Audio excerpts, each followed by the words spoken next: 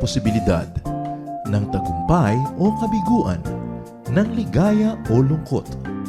Kaya marapat lamang na tanggapin si Jesus bilang tagapagligtas at Panginoon. At matapos yun ay panariwain ang katapatan at paglapit sa Kanya bawat araw o day by day. Ang day by day ay naglalayong umalalay sa pang-araw-araw na pamumuhay. Narito po ang ikalawang bahagi ng mensahe ni Kuya Ed Lapis na pinamagatang Cain's Difficulty.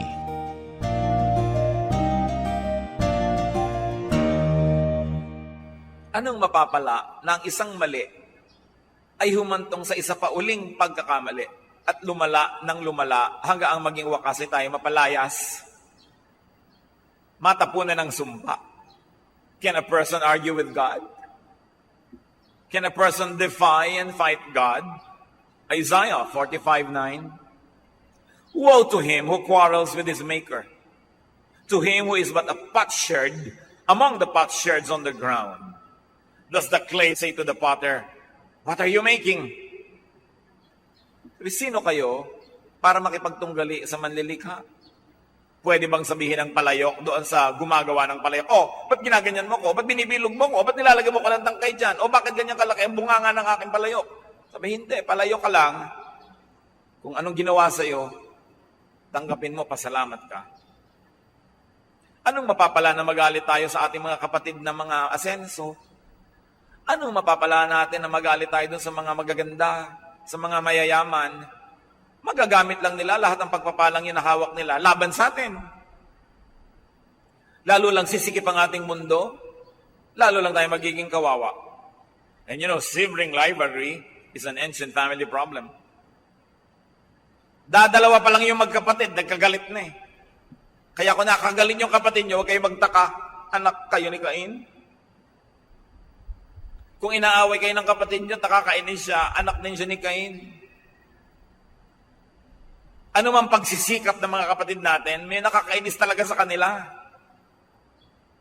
Dahil tayo yung mga tao. Kung si Adan at Eva lang siguro, naging magkapatid, nagbakbakan din eh.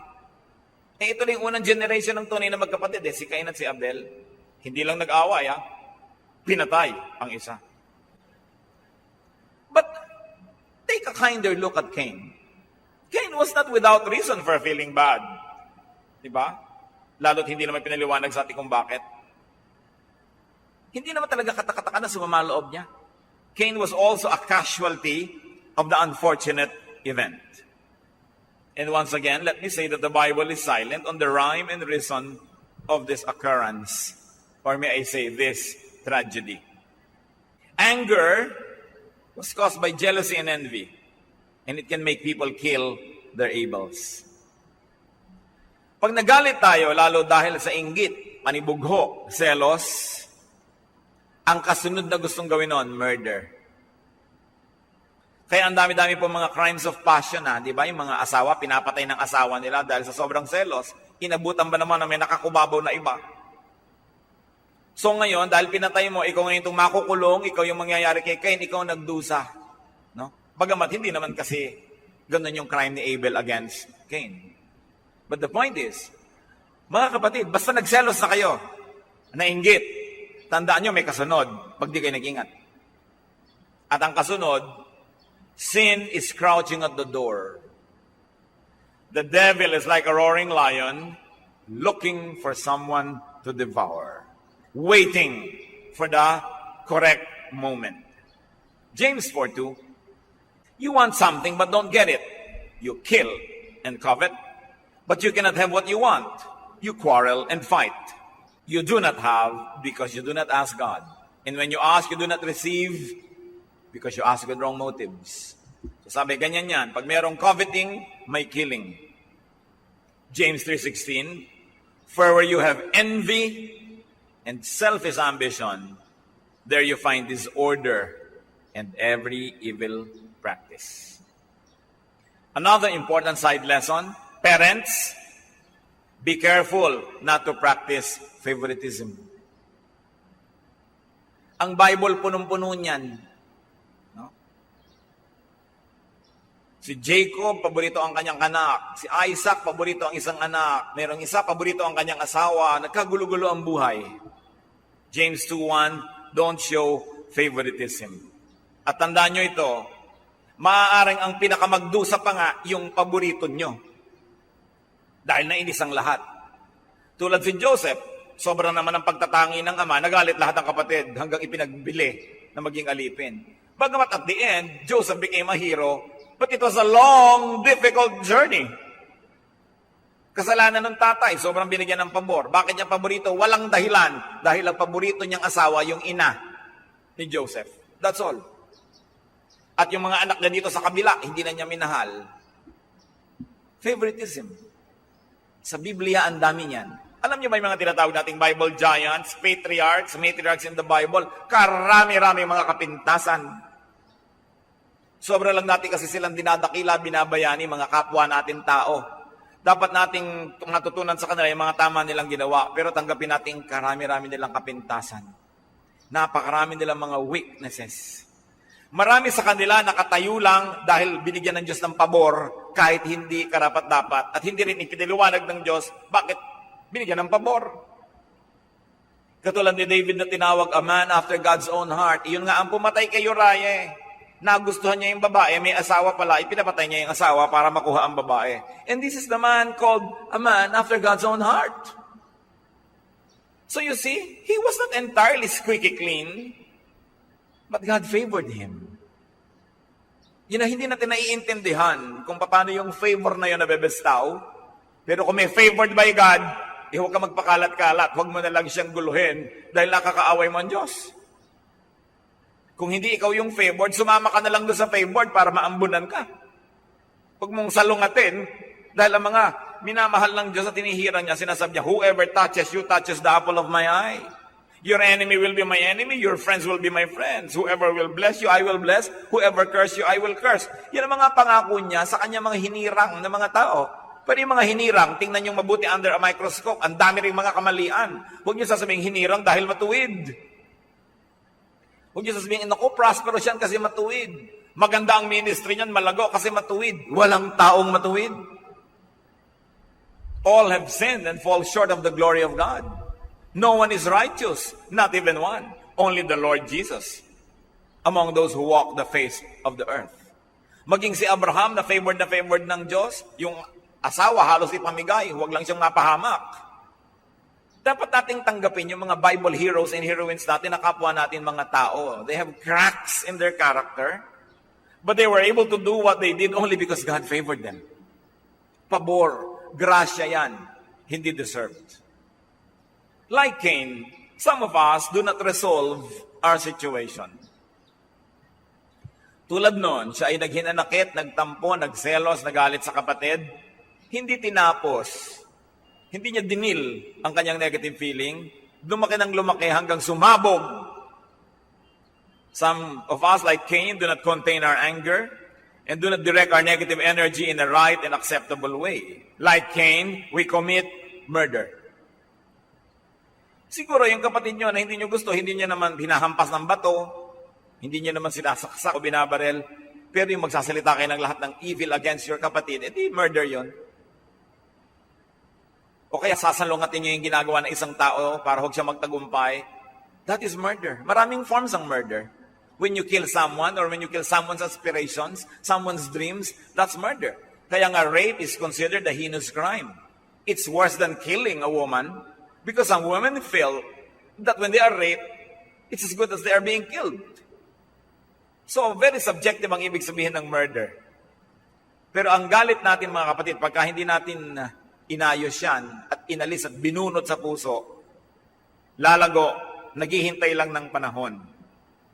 Sisirain niya yung ating kinamumuhian at tayo rin, tayong una niyang sisirain. Parang asido ang galit. Una niyang sinisira ang kanyang sisidlan. At kung ating puso ang naglalagay ng asido ng galit, tayo ang unang nasusunog bago man maibuhos yung asido sa ibang tao. Cain did not do what was right, at least after he became angry. Kung hindi niya na-control kung bakit mali ang offering niya, nung siya ay natanggihan, pwede na niyang kontrolin yung susunod niyang gagawin, yung magalit. Pero hindi pa rin niya yung kinontrol, nagpunta sa murder. No? Lumaki ng lumaki. We can and we should master sin. So it doesn't grow to become a monster. It doesn't build up to an explosion. Mahina lang naman ang simula ng lahat ng yan maliliit. Pero pag hindi binantayan, lumalaki. James 1:15, when it is full grown, sin gives birth to death. Yan daw, kamatayan ang hinahantungan ng kasalanan pag nalubos at naganap ang kanyang paglaki. We should obey God's prescription, though we hurt, though we do not understand. Hindi naman natin lagi naiintindihan ng Diyos Hindi naman laging malinaw ang sinasabi niya. At mula sa ating limitadong pagtanaw, hindi naman laging parang yun ang tama Pero sundin mo na lang. Sobrang dami na ng tao na halimbawa ng sumuway, sinunod ang sariling kagustuhan, trahedya ang naging wakas. Psalm 19, 7-8, whether we agree or not, the law of the Lord is perfect, reviving the soul. The statutes of the Lord are trustworthy, making wise the simple. Yung simple, ibig sabihin foolish. The precepts of the Lord are right, giving joy to the heart. The commands of the Lord are radiant, giving light to the eyes. Agree man tayo o hindi, ang utos ng Diyos ay maganda. Tama, kaibig-ibig, at siyang mainam at laging tumpak. Like Cain, we pay dearly for our mistakes. Proverbs 22:8, he who sows wickedness reaps trouble. Pinagbabayaran ang mali, hindi pwedeng makalusot. Kuminsan hindi agad-agad, kuminsan hindi napapansin, pero pinagbabayaran ang mali. Bago ka masingil ng may interes, kusa ka na magbayad. Like Cain, we can hardly bear our punishment sometimes.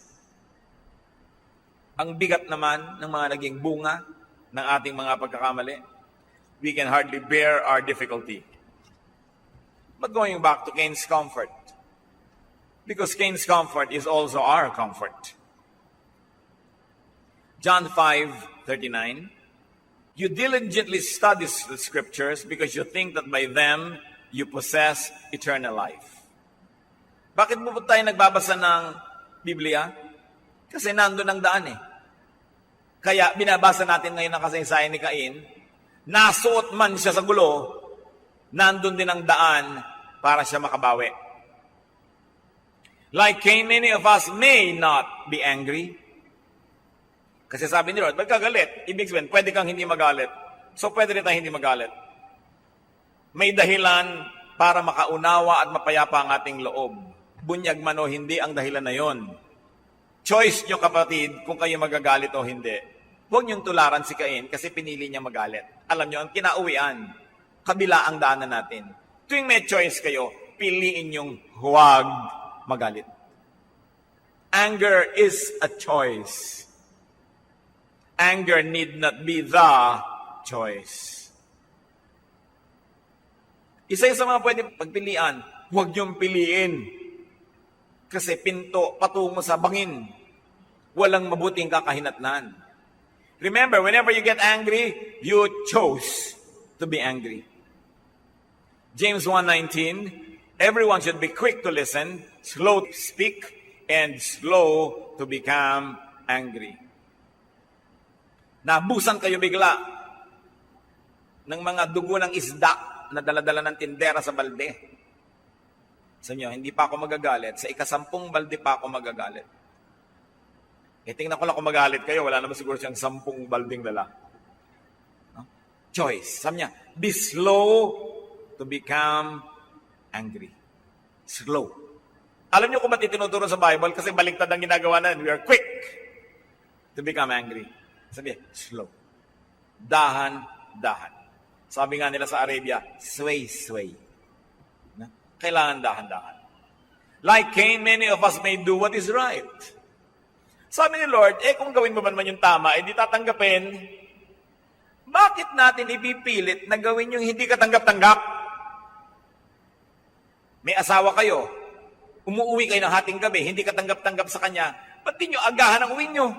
Bakit yung ginagawa yung hindi ka tanggap-tanggap sa kanya? Meron kayong magulang, gusto kayo pumapasok sa school, absent kayo ng absent, ba't hindi nyo gawin yung katanggap-tanggap sa kanya para tahimik kayo?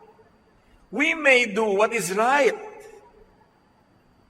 But why are we being told that? Because many people have their choice and they choose to do what is not right, what is not acceptable. May gusto ang inyong kapatid na ganito, ba't hindi nyo naibigay nyo para matahimik ang buhay nyo ang dalawa? Do what is right. Do what is acceptable. Do that so that you may be favored. If you do what is right, remember sabi ni Lord, will you not be accepted? So do what is right. Do what is right before a mistake is committed so there will be no mistake. But remember, we all commit mistakes. So sa unang level, dapat tama na ang ginagawa. Mali ang nagawa nyo. Tandaan nyo sa pangalawa, dapat itama na. Hindi mali pa rin yung pangalawa. Nagkamali itong si Cain. Yung kanyang regalo, hindi nagustuhan ng Diyos. Napagalitan siya. Ang pipiliin niya sa pangalawa, magalit din ba siya o hindi? Dapat pinili na lang niya, o sige, next time, ano po ba talaga ang dapat kong dalhin? Nagalit eh. Pagkatapos nun, may choice siya uli. Anong gagawin ko sa Abel na to? Pwede naman niya sabihin, Abel, ano ba sikreto mo? Bakit ka na favor? Turo mo naman. Hindi, papatay ko nga ito. Choice eh. Every time, you can choose. When you are in a bad situation, improve it. Don't worsen it. Yung mga iba nagkagalit na nga sila mag-asawa, babasagin pa ang TV. Anong kinalaman ng TV sa kanyang ginawa? Pero idadama yung TV, idadama yung plato, idadama yung aparador, susunugin ang bahay. Pinalala ang isang pangit ng sitwasyon. Pangit na nga di pagandahin nyo na. Kung wala kayong pwedeng gawin, manahimik muna kayo, pero huwag nyo nang papangitin palalo ang sitwasyon. Do not turn from bad to worse. It's a choice. John 5:14, stop sinning or something worse may happen to you. Kung may nagawa kayong mali, tapos yung nakakita ng mali yung ginawa, binablockmail kayo, pabisto na lang kayo. Kesa sa gumawa ka ng lahat ng paraan para itago ang mali mo, pwede mong patayin yung witness para hindi na lumala ang kalagayan mo, pero lalala yun. O kaya pagbigyan mo siya, lahat ng hinihingi sa'yo, ibigay mo para hindi kanya ibisto. Pag naubos na yung ibibigay mo, ibibisto ka pa rin nun. So, sige na nga, ibisto mo na ako sa buong mundo. Total, yun din lang pupuntahan yan. Para huwag nang lumala pa ito. Yan na lang. Para huwag nang lumala pa. Blackmailers will have no power kung sabihin, sige, sasamahan pa kita. Gusto mong sabihin sa mga tao na ako ay tikbalang? Halika, samahan pa kita. Ngayon, kung hindi ako mahal ng mga tao, dahil tikbalang pala ako, di pasensya na lang ako. Pero kaysa pagtakpan mo pa, kung ano-ano pang gawin ko, patayin pa kita para lang maitago ko yun, kaya lumalala. Huwag niyo nang palalain. Nabisa na kayo ng asawa ninyo na meron kayong kulasisi. Aminin nyo na, humingi na kayo ng tawad kaysa sa kung ano-ano pang gawin nyo. Lalala lang eh. Like Cain, many of us may master sin. Sabi ni Lord, master it. You must master your sin. Don't be enslaved by it. Romans 6:14, sin shall not be your master.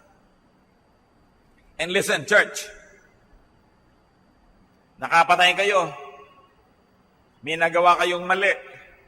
Sobrang grabe. Like Cain, many of us may also receive God's protection in spite of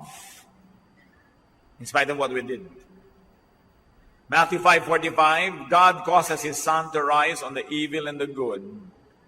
He sends rain on the righteous and the unrighteous. Pinagpapala din ng Diyos, maging ang mga hindi maka-Diyos. Ganun siya kabait. Numbers 35 verse 6, 6 of the towns you give the Levites will be cities of refuge, to which a person who has killed someone may flee. Nakita niyo kung gaano kabait ang Diyos? Nagpabuo siya ng 6 na lungsod sa Israel. Takbuhan ng lahat ng nakapatay. Sabi, magbukas kayo ng 6 na lungsod, ang lahat ng taong nakapatay, nagpaghihigantihan ng mga kamag-anak, wala nang pag-asang makarecover, doon tatakbo, doon pupunta, and they cannot be killed there. Cities of refuge.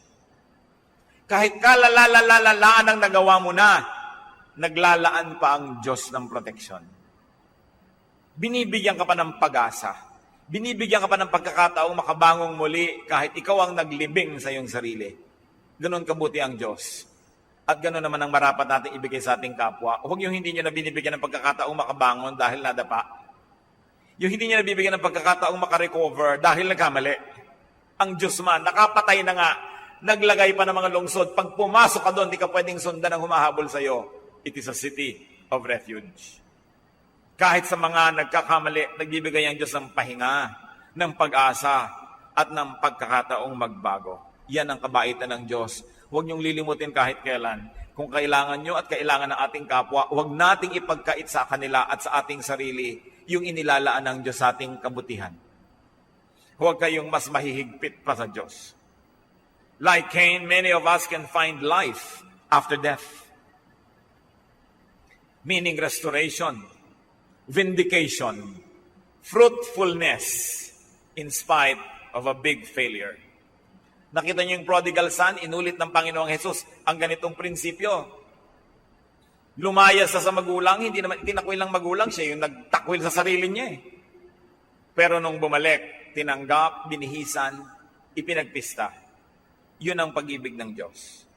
Maging si Pablo, inaamin niya na siya ang pinakamalala sa lahat na yata ng makasalanan. 1 Timothy 1:15, sabi ni Paul, Christ Jesus came into the world to save sinners, of whom I am the worst.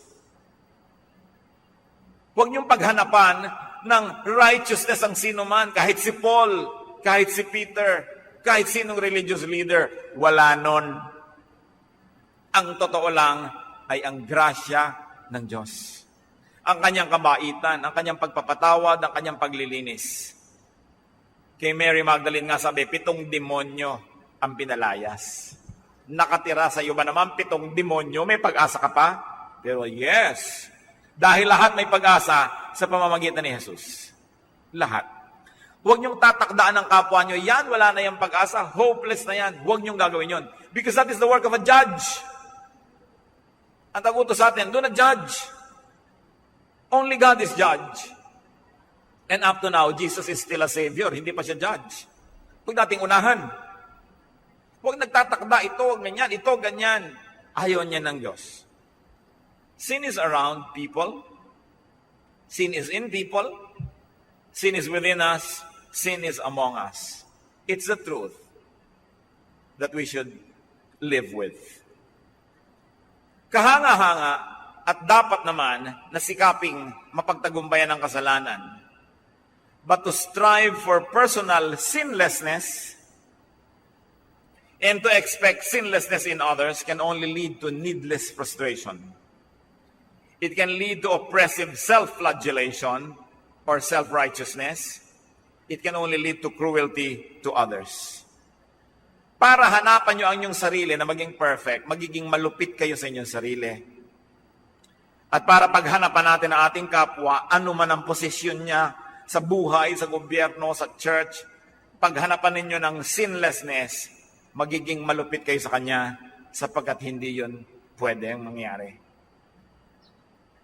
Be at peace with yourself despite your imperfections, as long as you are doing what you could by the help of God to continue to improve. Be at peace with the imperfection of your husband or wife, the imperfection of your son or daughter, your mother or father, your friend, with the imperfection of your pastor, with the imperfection of your leader, with the imperfection of your student. Pare-pareho lang tayo mga kapatid na nakatindig dahil lang sa awa ng Diyos. Walang kayang tumayo sa sarili niyang right lamang, sa sarili niyang record, sa sarili niya lang na karapatan o kakayanan. Sapagkat lahat tayo nakatindig lang dahil hinahawakan tayo ng Diyos.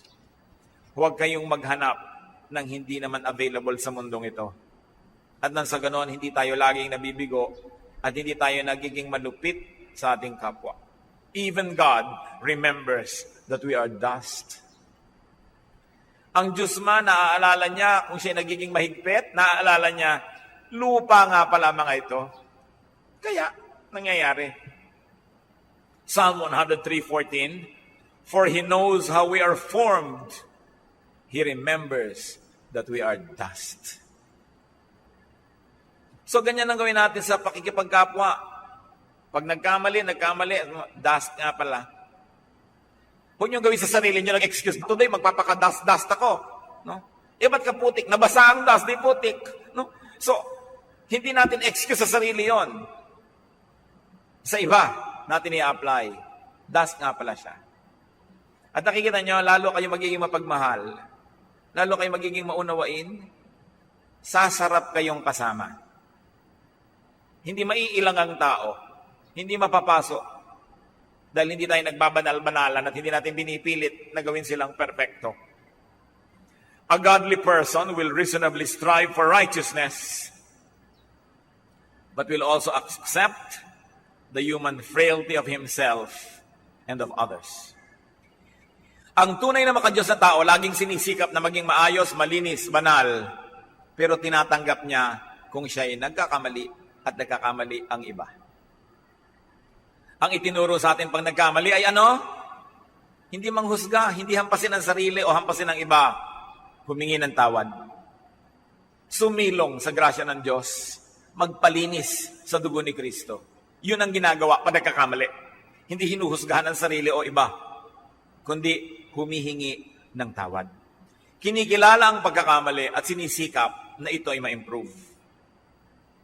Yung mga sobrang nagpapakabanal, isang malaking kabiguan din niya sa buhay. Makinig na lang kay Solomon. Ecclesiastes 7:16-18. Do not be over-righteous, neither be over-wise. Why destroy yourself? Huwag ka naman sobrang mapaka-OA ng kabanalan mo. Huwag kang sobrang laging matalino. Kakain kayo sa restaurant, lalabas mo ang iyong maliit na calculator. Nako, bakit ang bango sa palengke ganito lang, dito mahal, ang toyo sa... tayo, sa bahay tayo kakain para tayo makamura. Huwag ka masyado matalino. Paminsan-minsan itapon mo yung katalinuhan mo para ka mag-enjoy. No? Hindi lagi kang kwenta ng kwenta, tuos ka ng tuos. Lagi na lang yung gusto mo, yung marunong na marunong ka. Ganun, hindi ka na mag-enjoy. Why destroy yourself? So don't be overwise and don't be over-righteous. Mami, kumain po tayo ng masarap. Anak, kakain ka ng ice cream. Makakabili na tayo ng isang Biblia sa 50 galon ng ice cream na gusto mong kainin. Bibili na lang tayo ng Biblia, ibibigyan natin sa ating kapwa, magtitiis na lang tayo buong buhay. Sabi ni Ecclesiastes, do not be over-righteous. Mag-ice cream din kayo at bumili kayo ng Biblia, yung hati-hatiin nyo yung budget nyo. Pero huwag kayong sobrang magpa-impress sa Diyos, kahit naabutin yung langit, hindi nyo magagawa. Sabi sa Bible, even our best deeds are just like filthy rags. Why kill yourself trying to impress God when even your best deeds are never impressive? So relax. Do what you can within your context. Strive to always be the better you, to do the better. But don't always be the best. Don't always be number one. Ang pinakamatatayog na puno ang tinatamaan ng kidlat. Kahit sa mga gobyerno at akla sa mga tao, yung number one lang naman ang laging napaparusahan. Yung number 2, number 3, number 4, hindi. Bakit yung laging gusto number 1? Sabi, huwag kayong extreme. Do not be over wicked, sabi ng verse 17. Dahil baka naman sumobra kang sama, dahil sabi ni Solomon, no.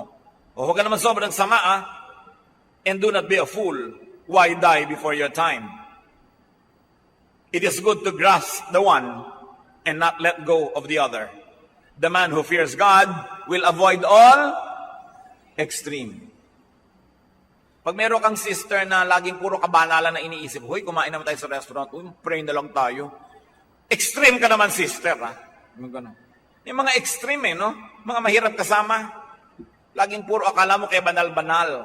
Nakakatatlong abortion na pala. Lagi kaya banal-banal, lagano akala mo. Nakakapagduda pa nga yung lagi nilo kabanalan ang iniisip, kadalasan may ikinukubli. No? So, yung kung ano tayo, relax. Always try to just be the better that you can be. You don't kill yourself going to the extremes. Sabi niya, hindi na godliness yan, extreme na yan. No?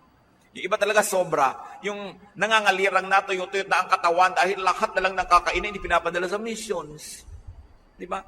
Gusto rin ng Diyos magkaroon ka ng buhay na maganda. Magbabudget-budget ka lang. A fraction of it goes there, a fraction of it goes there. Balanced life. And persons who are spiritually strong at the moment, nilagyan ko na at the moment because nobody is always strong. No? People who are strong at the moment should avoid setting punishing standards that only oppress others. And they make people feel bad about themselves. Alam nyo kung minsan, usong-uso sa iyo ang Diyos, hot na hot ka sa Diyos, sasabihin mo, lahat ng income ko ibibigay ko sa mission. When you say these things, yung mga iba na nagse-set aside for themselves, feel guilty. Keep it to yourself. Yung mga matataas na commitment natin sa Diyos, keep it to yourself so that you don't make others feel bad about themselves when their commitments are not as high as yours. Meron pa mga very, very visible religious leaders sasabihin, I would rather die than stain the name of Jesus. Mamabutihin ko mamatay ako kaysa madungisan ko ang pangalan ng Diyos. Siguro at that moment, talagang alam na alam siyang wala yung dapat ikadungis ang pangalan ng Diyos sa kanya, na siya'y okay na okay. Pero paano yung mga kaharap niya na hindi naman laging ganun ka-okay? You make them feel miserable. You make them feel dirty.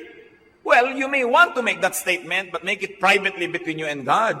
But to declare it publicly is to almost judge everyone else who are not able to reach that standard.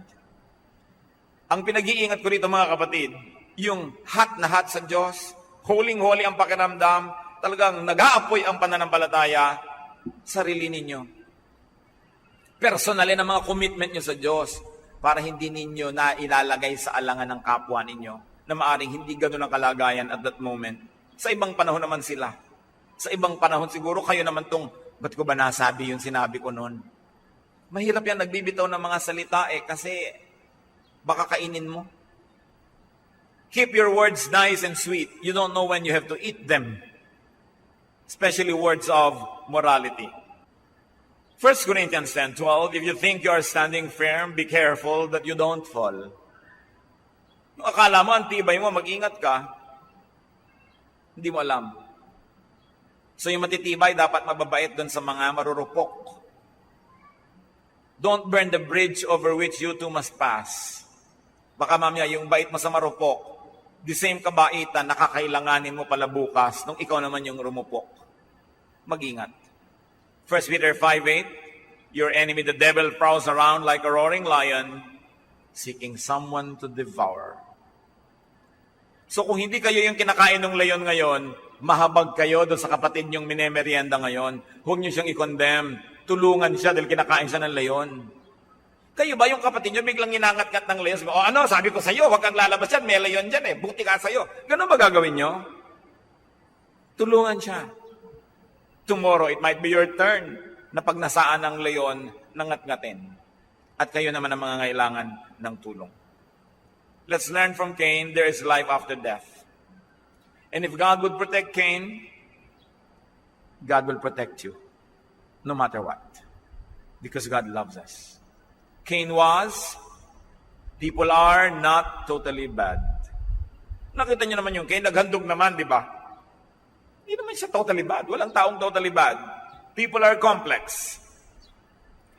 So don't be simplistic in dealing with, in labeling, and in judging people. It's important. Cain actually needed acceptance. That's what he never had. Cain needed love, though he probably did not deserve it. But remember, people need love, especially when they don't deserve it. At sa ating pamilya, yung hindi kaibig-ibig, yung mga nakakainis na kapatid, nakakainis na kamag-anak, actually, yun ang nagsisisigaw ang damdamin, mahalin niyo ako, mahalin niyo ako. Kaya kung ano pinaggagawa nila, lalo nagkakamali-mali sa pagpapapel nila sa buhay, sa kagustuhang mapansin, matanggap, hangaan, at mahalin. Maraming pagkakamali ang tao dahil nagsisikap na sila'y sumikat dahil para mamahal, para maging katanggap-tanggap. So let's stop rejecting people. Because sometimes, nakakainis na nga sila, tatanggihan mo pa, lalong nagiging nakakainis. Sapagkat sa kanyang mga tao, isa lang ang gamot, pag-ibig. At mas hindi kaibig-ibig, mas nangangailangan ng pag-ibig. Hindi na nga sila kaibig-ibig, di talagang need nila yon. At sabi sa Matthew 7:1, do not judge, for you too will be judged. Manalangin tayo mga kapatid. Ipanalangin natin ang tahimik ang ating sarili, ang ating mga mahal sa buhay. Kung tayo naging Cain at may nagawang mali, dumaranas kayo ng parang pahirap, pagtatakwil, pagpapalayas, mahal tayo ng Diyos. Hindi niya pinapabayaan kahit ang kanyang itinutuwid, dinidisiplina o pinaparusahan, hindi iniiwanan ng ganap. At nakita niyo sa kanya, nakarecover pa, at naging ninuno pa ng napakaraming tao. Yun ngang Abel na tinanggap yung gift, hindi nagkaanak, namatay na agad. No? Kaya ating tingnan, nagkakamali man tayo, let's look forward to recovery. God gives hope. Let us enjoy that hope and let us not deny that hope from other people. Let's also give them hope. So sa ilang sandali, yumuko tayo, tahimik na manalangin, humingi ng personal na mensahe sa Diyos.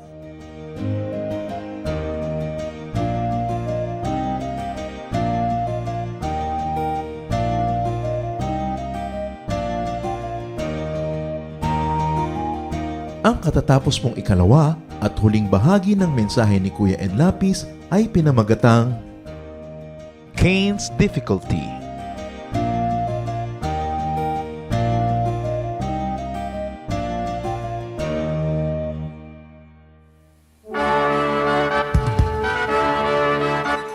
Halina't sama-samang sumamba at magdiwang sa Day by Day Jesus Celebration kasama si Kuya Ed Lapis. Bulwagan ng Panginoon PICC, one Sunday a month, Philippine International Convention Center, Rojas Boulevard, Pasay City. All other Sundays sa mga day-by-day mini-bulwagan ang pagtitipon. Para sa buwan ng Disyembre, gaganapin ito ngayong December 8, 2024. 8 a.m. ang First Jesus Celebration, 10 a.m. naman ang Second Jesus Celebration. Para sa iba pang detalye, bisitahin ang ating official Facebook page, Day by Day Friends.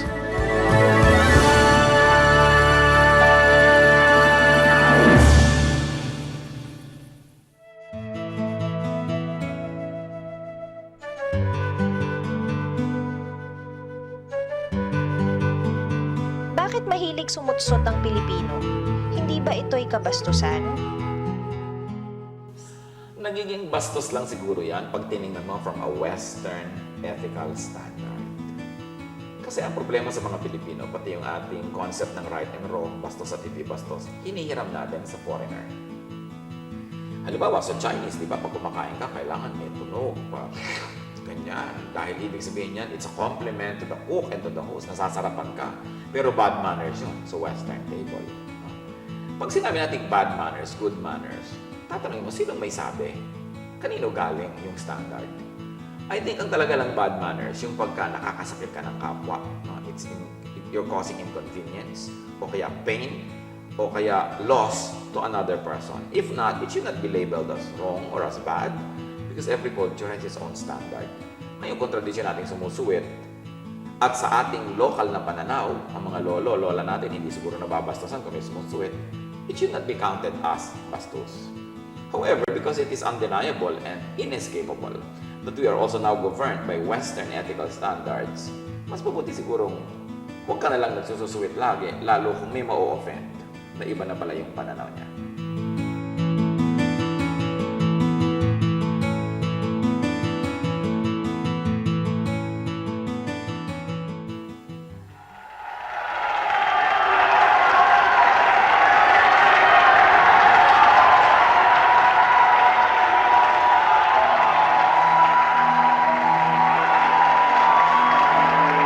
Hallelujah! Ating maghiwalay ang kadakilaan ng Panginoon.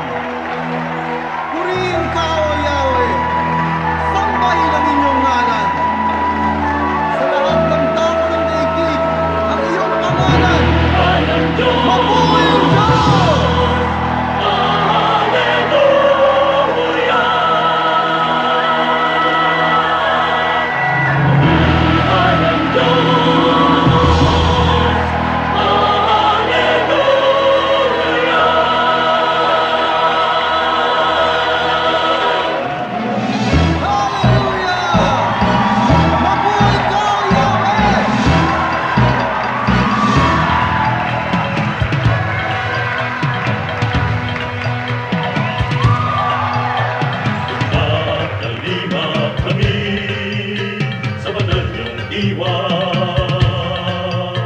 Pag-ibig nyo'y ipagbubunyi ng buong sigla. Ating ialay itong awit sa Diyos Ama. Ihayag ang ligayang nadarama. Isigaw sa lahat ng bansa. Alleluia.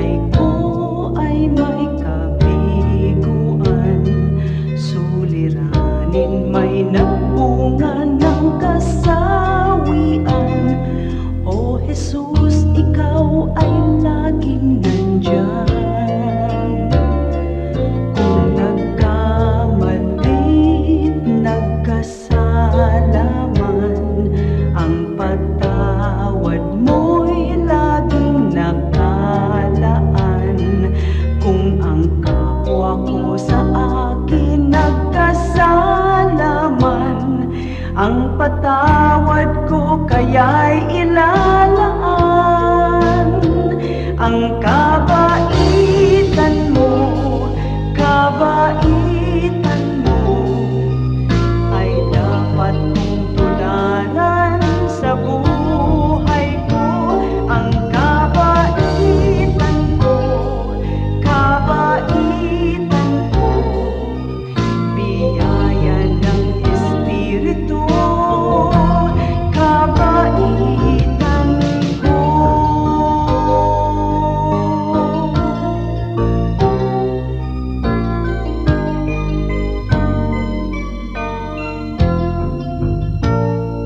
Kung nagkamalit, nagkasala man, ang patawad mo'y laging nakalaan. Kung ang kapwa ko sa akin nagkasala man, ang patawad ko kaya'y ilalaan. Ang kabaitan mo, kabaitan mo ay dapat mong tularan sa buhay ko. Ang kabaitan ko, kabaitan ko, biyaya ng Espiritu, kabaitan ko.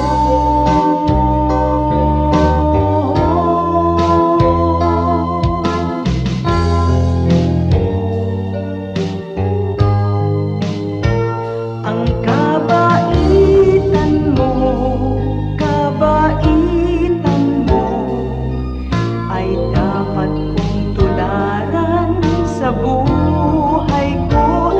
Ang kabaitan mo, kabaitan ko, biyaya ng Espiritu, kabaitan ko.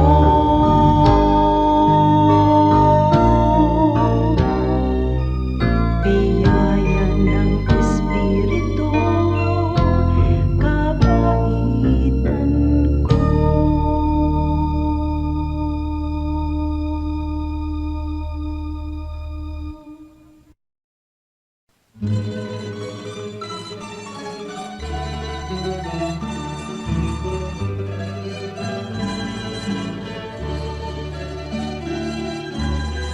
Mga gawa niyo sa aming buhay, tuwin ay naaalala.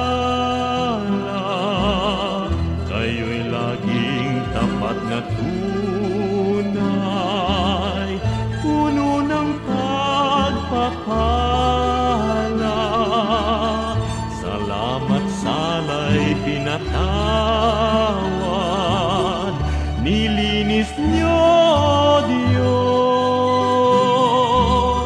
Pakinggan niyo't aming ilalahad, awit sa inyo, Jesus.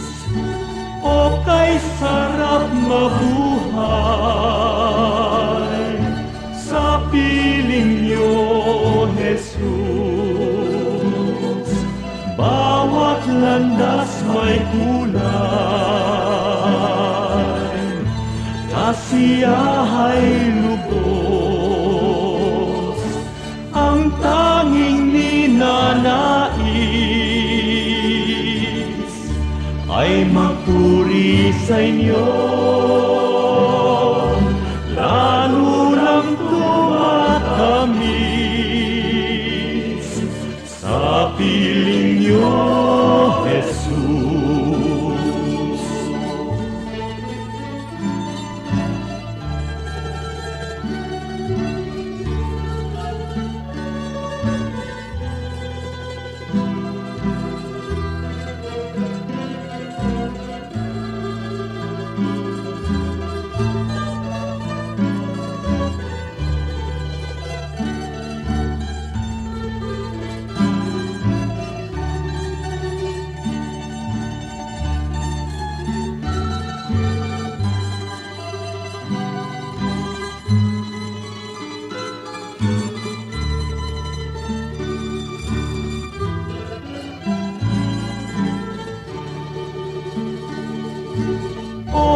kay sarap mabuhay sa piling niyo, Jesus. Bawat landas may kulay, kasiyahay lubos, ang tanging ninanais ay magpuri sa inyo. Lalo lang tumatamis sa piling niyo, Jesus.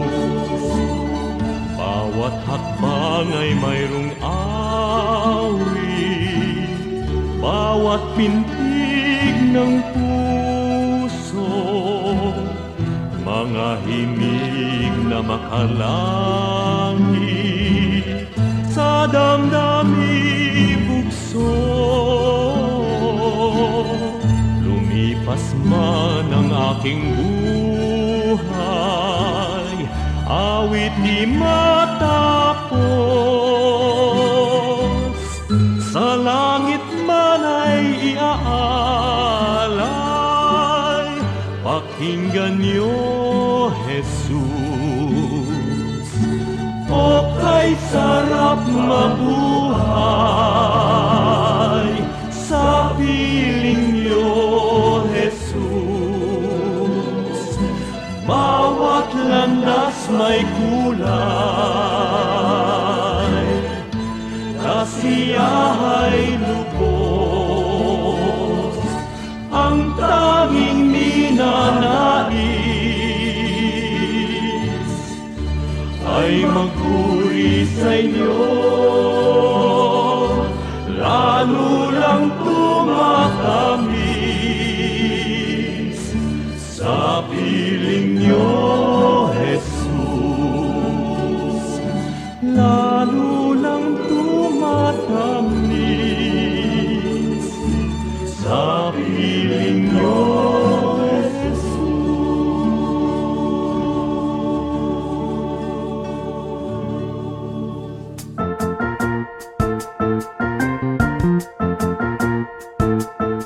Oras na po para pansamantalang magpaalam ang programang Day by Day.